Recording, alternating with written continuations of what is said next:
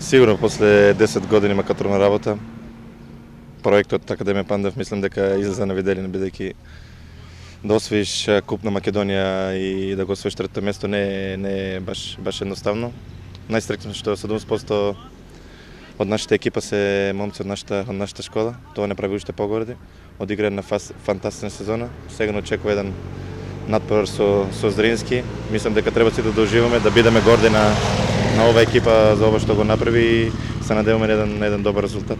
Што очекува Пандев, менторот на Академијата, во мечот со Зрински, кој што е многу поискусен, многу поголемо искуство на европската сцена, поголем буџет би рекол? Па сигурно дека се многу поголема екипа, како што кажа, поголем буџет, поискусни играчи, играат доста години и беа шампиони на Босна. Сигурно имаат многу поголемо искуство во Европа од нашата екипа, али мислам дека тоа не треба да значи ништо. Нашите момци се доста мотивирани, добро одработија добри припреми.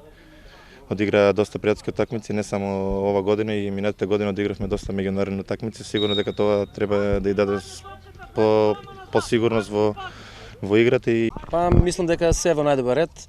Значи во припремниот период би го поделил на два дела. Во првиот дел имавме хомоген тим во кој што одигравме неколку квалитетни надпревари. Во вториот дел ни се случи одредени проблеми, пред се мислам овде на вирусот кој што го зафати одреден дел на играчи од тимот, и сето тоа се рефлектираше на тренажниот самиот тренажен процес и на неколку надпревари кои што ги изигравме во завршниот дел од подготовките. Но веќе поминаа 10 денови. Мислам дека физичката подготвеност, односно перформансите на играчите одат во нагорна линија и мислам дека подготвени ќе го дочекаме надпреварот со Зрински во четврток. Го анализиравте ли босанскиот состав кој што долго години е на европската фудбалска сцена, неколку сезони и шампион на Босна, тим со далеко поголем буџет? Која е она опасност кој што треба да биде земена во предвид и она што како недостаток? Значи, според мене, главна опасност треба да биде искуството на тимот.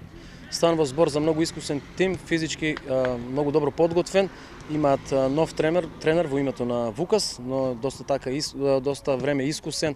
Значи беше помошник на Игор Тудор во Галатасарај, беше неколку пати во неколку наврати негов помошник и во Хајдук. Значи станува збор за искусен тренер. Секако тука е Јаковлевиќ, централниот одбранен играч кој што дава тон на целиот тим. Не смееме да го заборавиме и Хаџич, на централниот напаѓач кој што е навистина корпулентен. Во секој случај станува збор за тим кој што е физички доминантен. Зборам во однос на агресивноста во средната линија.